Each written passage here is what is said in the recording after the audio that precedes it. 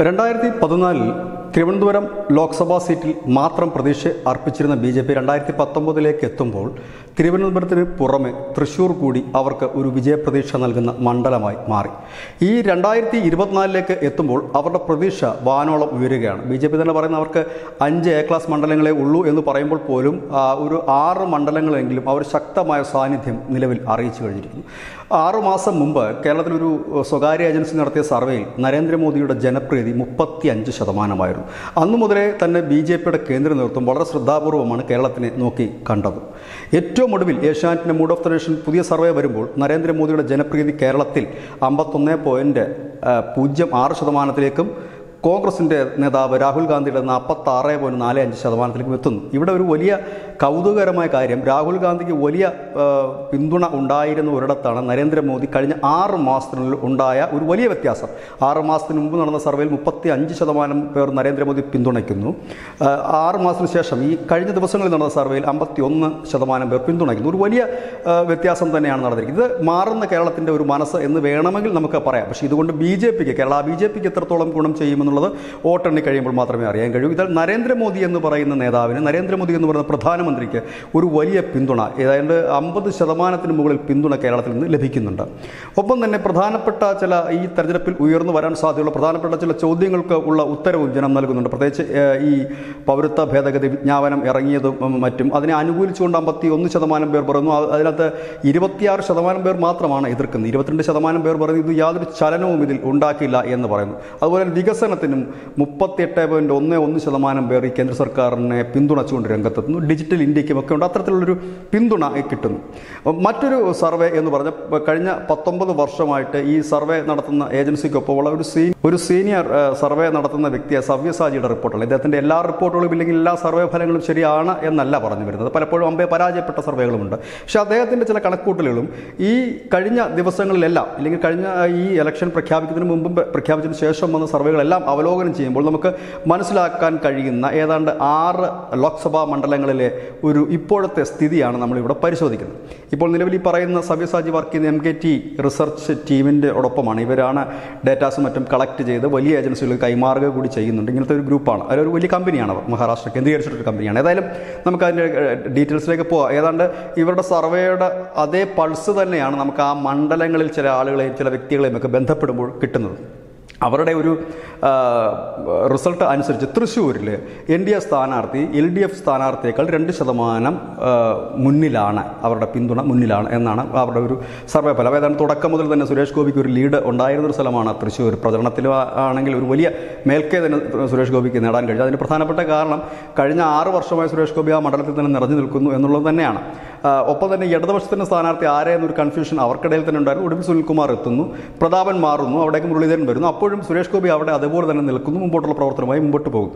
തൃശ്ശൂരിലെ ആ ഒരു സർവേ ഫലം, ഇവരുടെ ഒരു സർവേ ഫലം നമ്മൾ അനാലിസിസ് ചെയ്യുമ്പോൾ അത് മനസ്സിലാക്കാൻ കഴിയുന്ന അവിടെ LDFും BJPയും തമ്മിലാണ് ഫൈറ്റ്.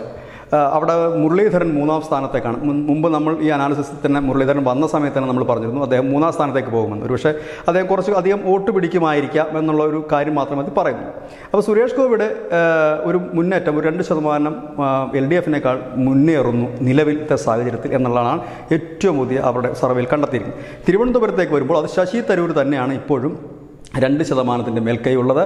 തൊട്ടു പിന്നിൽ NDAയുടെ സ്ഥാനാർത്ഥി രാജീവ് ചന്ദ്രശേഖരനുണ്ട് എന്നുള്ളത് തന്നെയാണ് ഏറ്റവും പ്രധാനപ്പെട്ട ഒരു കാര്യം. അതിൽ അവർ എടുത്തു പറയുന്ന ഒരു കാര്യം, ഇതിൻ്റെ അവസാനത്തേക്ക് എത്തുമ്പോൾ ഒരു ടൈറ്റ് ഫൈറ്റിലേക്ക് പോകും എന്ന് തന്നെ പറയുന്നു. ഇത് തന്നെയാണ് എല്ലാവരും ഉറ്റുനോക്കുന്ന ഒരു മണ്ഡലമായി ഇപ്പോൾ തിരുവനന്തപുരം മാറിക്കഴിഞ്ഞിരിക്കുന്നത്. കാരണം വളരെ ലേറ്റായിട്ടാണ് BJP അവിടെ അവരുടെ സ്ഥാനാർത്ഥിയെ പ്ലേസ് ചെയ്തെങ്കിൽ പോലും ആ സ്ഥാനാർത്ഥിയുടെ പ്രചരണ രീതി, സാധാരണ സ്ഥാനാർത്ഥികളൊക്കെ ജനങ്ങളെ കാണുമ്പോൾ വാഗ്ദാനം നൽകുകയാണെങ്കിൽ ഇവിടെ രാജീവ് ചന്ദ്രശേഖരൻ ആ വാഗ്ദാനങ്ങൾ നൽകുകയല്ല ചെയ്യുന്നത്. പകരം തീരദേശ മേഖലയായാലും കുടിവെള്ള പ്രശ്നം പരിഹരിക്കുന്നതിനായാലും ഒക്കെ അതിൻ്റെ വിദഗ്ധരെ തന്നെ വിളിച്ചു വരുത്തി അപ്പോൾ തന്നെ പരിഹാരം കാണാനുള്ള ശ്രമമൊക്കെയാണ്.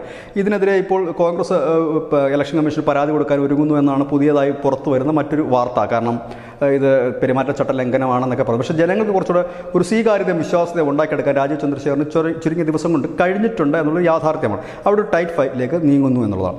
മറ്റൊരു മണ്ഡലം വളരെ അപ്രതീക്ഷിതമായിട്ടൊരു വലിയ അട്ടിമറി നടക്കാൻ സാധ്യതയുള്ള മണ്ഡലം പത്തനംതിട്ടയാണ്. തുടക്കം മുതൽ തന്നെ അത് കാണിച്ചു തുടങ്ങിയിട്ടുണ്ട്. അനിൽ ആൻ്റണി എന്ന് പറയുന്ന ഒരു നേതാവ് വന്നപ്പോൾ ഈ BJP-യുടെ തന്നെ ഉള്ളിൽ ഒരു വിഭാഗം പറഞ്ഞു അത് തെറ്റായൊരു തീരുമാനമാണ് എന്ന് പറഞ്ഞിരുന്നവർ ഇപ്പോൾ അത് തിരുത്തി പറയാൻ തയ്യാറാണ്. കാരണം ലോക്കൽ പൾസ്, നമ്മൾ ലോക്കലായിട്ട് ഉള്ള സാധാരണപ്പെട്ട ജനം, രാഷ്ട്രീയമൊന്നും ഇല്ലാത്ത സാധാരണപ്പെട്ട അതെല്ലാ മതവിഭാഗത്തിലും പെടുന്ന ജനങ്ങളോട് ചോദിക്കുമ്പോൾ അവർ പറയുന്ന കാര്യം ഇനി വരുന്നത് നരേന്ദ്രമോദിയാണ്, അവിടെ ഈ ചെറുപ്പക്കാരനായി വിദ്യാസമ്പന്നനായ അനിൽ ആൻ്റണി തന്നെ പോകട്ടെ എന്നൊരു ധാരണ പരക്കെ അവിടെ ഉണ്ടായിട്ടുണ്ട്. അവിടെ ശ്രദ്ധേയപരമായൊരു കാര്യമുണ്ട്. ഈ അനിൽ ആൻ്റണി അവസാന നിമിഷത്തേക്ക് വന്ന ഒരു സ്ഥാനാർത്ഥി, ഇതിലെ ഈ മുരളീധരനും സുരേഷ് ഗോപിയും മാത്രമാണ് ഈ BJP-യുടെ കേരളത്തിലെ കാൻഡിഡേറ്റിൽ കൃഷ്ണകുമാറും ഒക്കെയാണ് വളരെ നേരത്തെ തന്നെ പ്രചരണം ആരംഭിച്ചത്, വർഷങ്ങൾക്ക് മുമ്പ് തന്നെ പ്രചരണം ആരംഭിച്ചെങ്കിൽ ഈ അനിൽ ആൻ്റണി എന്ന് പറയുന്ന അവരുടെ സ്ഥാനാർത്ഥി വളരെ താമസിച്ച് വന്നു എങ്കിൽ പോലും ടൈറ്റ് ഫൈറ്റ്. ഏറ്റവും ഒടുവിൽ വന്ന സർവേയിൽ LDF-നും NDA-ക്കും 31% വോട്ട് ലഭിക്കുമെന്ന് പറയുന്നു.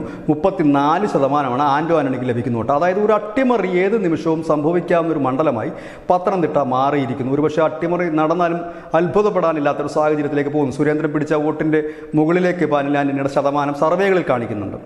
അങ്ങനെയെങ്കിൽ തോമസ് ഐസക് 3-ാം സ്ഥാനത്തേക്ക് പോവുകയും ഇപ്പോൾ നിലവിലത്തെ ഫൈറ്റ് പത്തനംതിട്ടയിൽ ആൻ്റോ ആൻ്റണിയും അനിൽ ആൻ്റണിയും തമ്മിലായി മാറിയിരിക്കുന്നു.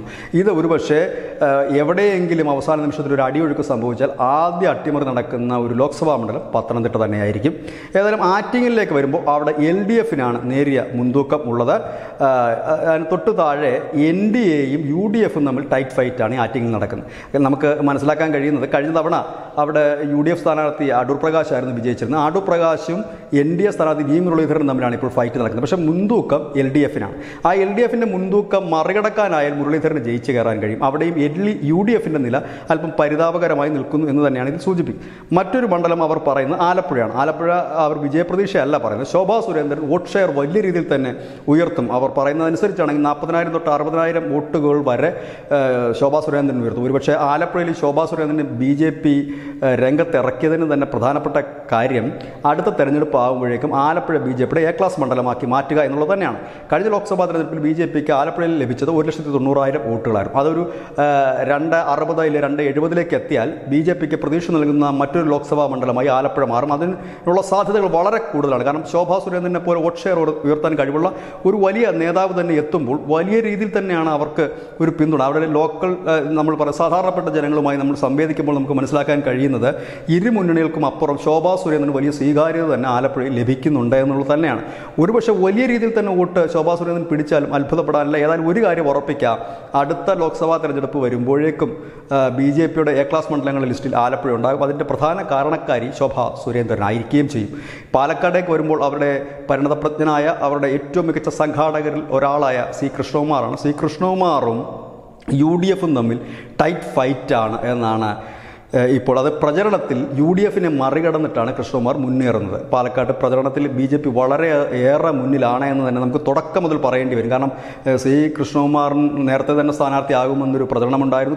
C. കൃഷ്ണകുമാറിന് സുപരിചിതമാണ് ആ മണ്ഡലം. മലമ്പുഴയിലൊക്കെ അദ്ദേഹം 2-ാം സ്ഥാനത്തെത്തിയിരുന്നാണ്. സംഘടനാ സംവിധാനം ശക്തമായി തന്നെ കൊണ്ടു നടക്കാൻ കഴിവുള്ളൊരു നേതാവാണ്. വളരെ കാലമായിട്ട് അദ്ദേഹം പാലക്കാട് ഈ ലോക്സഭാ തെരഞ്ഞെടുപ്പ് ലക്ഷ്യമാക്കി തന്നെ പ്രവർത്തിക്കുന്നതാണ്. അതുകൊണ്ട് അതിൻ്റെ ഒരു റിസൾട്ടാണ് ഈ സർവേയിൽ തെളിഞ്ഞു കാണുന്നത്. കാരണം പ്രചരണത്തിലൊക്കെ അദ്ദേഹം വളരെ മുൻപിലാണ്. UDF-ഉം NDA-യും തമ്മിൽ ടൈറ്റ് ഫൈറ്റ്. പക്ഷേ അവിടെ LDF-ഉം ശക്തമായ പ്രചരണ രംഗത്തുണ്ട്. ഇവിടെ ഒരു വലിയ ചതി മണക്കുന്നത് എവിടെയെന്ന് ചോദിച്ചാൽ ഒരുപക്ഷെ അവസാന നിമിഷത്തിൽ LDF-ന്റെ വോട്ടുകൾ ഷിഫ്റ്റ് ചെയ്ത് അല്ലെങ്കിൽ LDF-ന്റെ വോട്ടുകൾ UDF കേന്ദ്രങ്ങളിലേക്ക് മറിയാനുള്ള സാധ്യതകളും കൂടുതൽ. കാരണം ന്യൂനപക്ഷത്തിന് നിർണായക റോളുള്ള ഒരു മണ്ഡലം കൂടിയാണ് പാലക്കാട് ലോക്സഭാ മണ്ഡലം. ഏതായാലും BJP സംബന്ധിച്ച് വലിയ പ്രതീക്ഷ നൽകുന്നതാണ് ഇപ്പോൾ ഏറ്റവും ഒടുവിലായി വരുന്ന ഈ 6 മണ്ഡലങ്ങളിലെ കണക്ക്. ഇതിൽ നമുക്ക് ഇവിടെ നോക്കുമ്പോൾ മനസ്സിലാക്കാൻ കഴിയുന്നത് തൃശ്ശൂരും തിരുവനന്തപുരം കഴിഞ്ഞാൽ BJP-ക്ക് പ്രതീക്ഷ വെച്ച് പുലർത്താൻ കഴിയുന്ന 2 മണ്ഡലങ്ങൾ കൂടിയുണ്ട്. അതിലൊന്ന് പത്തനംതിട്ടയും മറ്റൊന്ന് ആറ്റിങ്ങലുമാണ്.